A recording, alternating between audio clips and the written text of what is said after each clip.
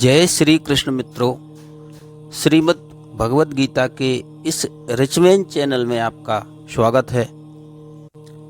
हम काम वासना पर कैसे नियंत्रण पाएं, इसके बारे में आज हम चर्चा करेंगे। सोचिए जरा, अगर आज श्री कृष्ण स्वयं आपके सामने आ जाएं और आप उनसे सिर्फ एक ही प्रश्न पूछें, तो क्या आप यह नहीं पूछेंगे कि हे प्रभु, मेरा मन बार बार गलत दिशा में क्यों चला जाता है? मैं चाह कर भी अपने ऊपर नियंत्रण क्यों नहीं रख पाता? क्यों मेरे विचार मुझे ही कमजोर बना देते हैं? क्यों मैं जानते हुए भी वही करता हूँ जो मुझे अंदर से खोखला कर देता है? यही प्रश्न अर्जुन ने भी किया था और वही प्रश्न आज हर युवा, हर गृहस्थ, हर साधक के मन में कहीं ना कहीं दबा हुआ है।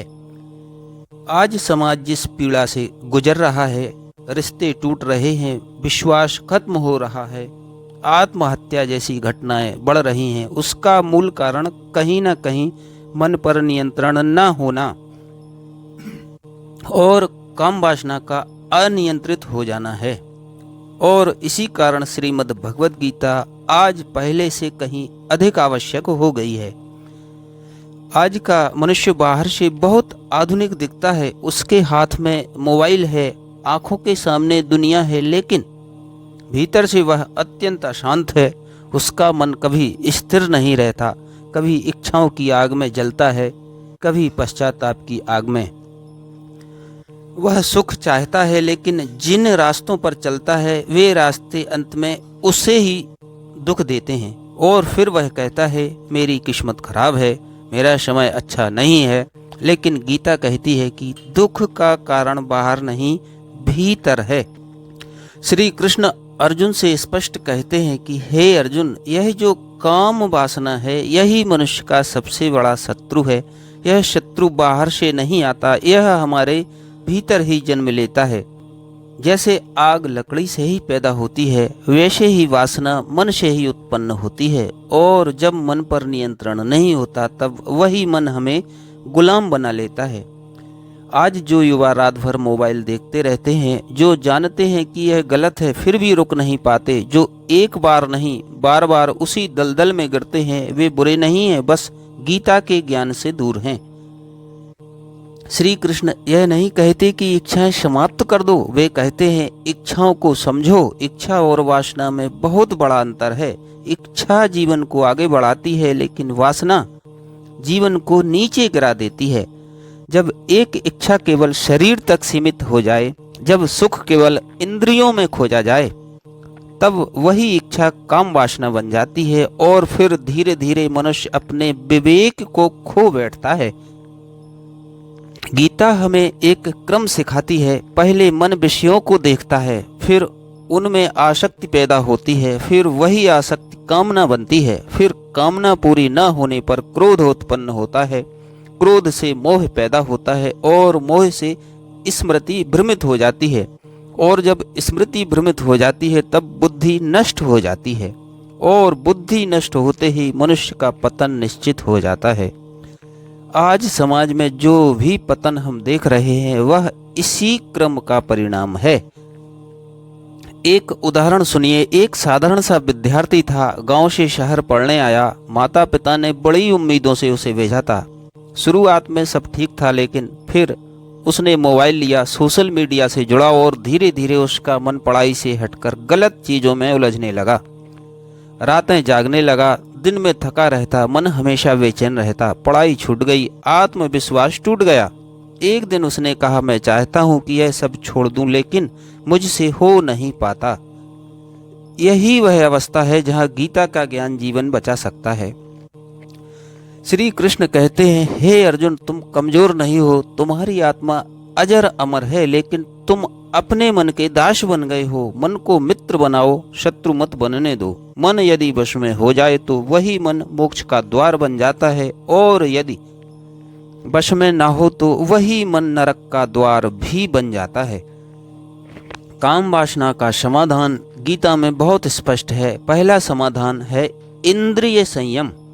इसका अर्थ यह नहीं है कि हम आंखें बंद कर लो, इसका अर्थ यह नहीं है कि आंखें बंद कर लो या संसार छोड़ दो, बल्कि इसका अर्थ है कि जो देखो उसे विवेक से देखो।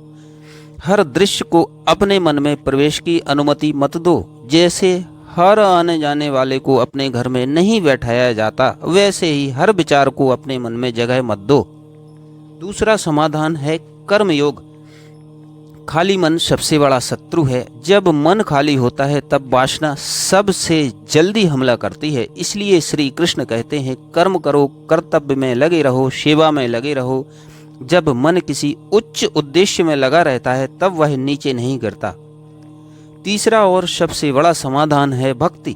जब मन भगवान में लग जाता है तब वासना अपने आप कमजोर हो जाती है। जैसे सूर्य निकलते ही अंधकार भाग जाता है, वैसे ही नाम स्मरण से मन की गंदगी धीरे धीरे साफ होने लगती है। रोज थोड़ा समय गीता पढ़ने में लगाइए, थोड़ा समय नाम जप में लगाइए और देखिए कैसे मन शांत होने लगता है।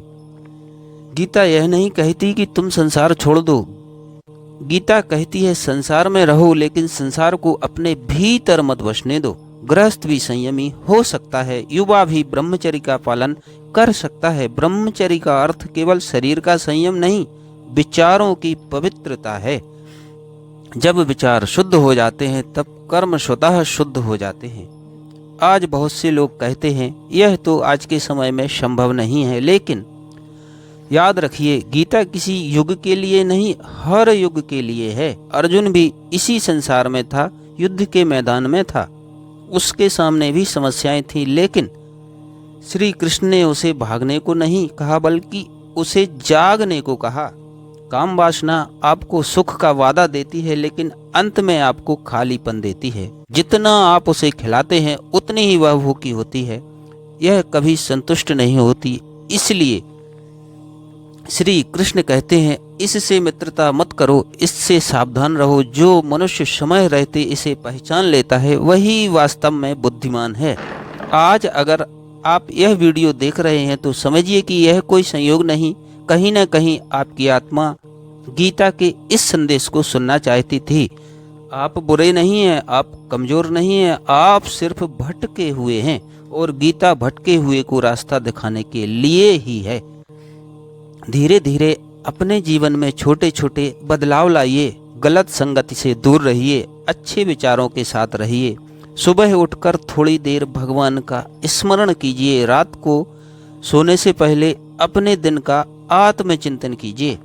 गिरेंगे संभलेंगे फिर गिरेंगे, लेकिन एक दिन अवश्य जीतेंगे, क्योंकि श्री कृष्ण स्वयं कहते हैं मेरा भक्त कभी पराजित नहीं होता। याद रखिए, जिस दिन आपने अपने मन पर विजय पा ली उस दिन दुनिया की कोई शक्ति आपको हरा नहीं सकती।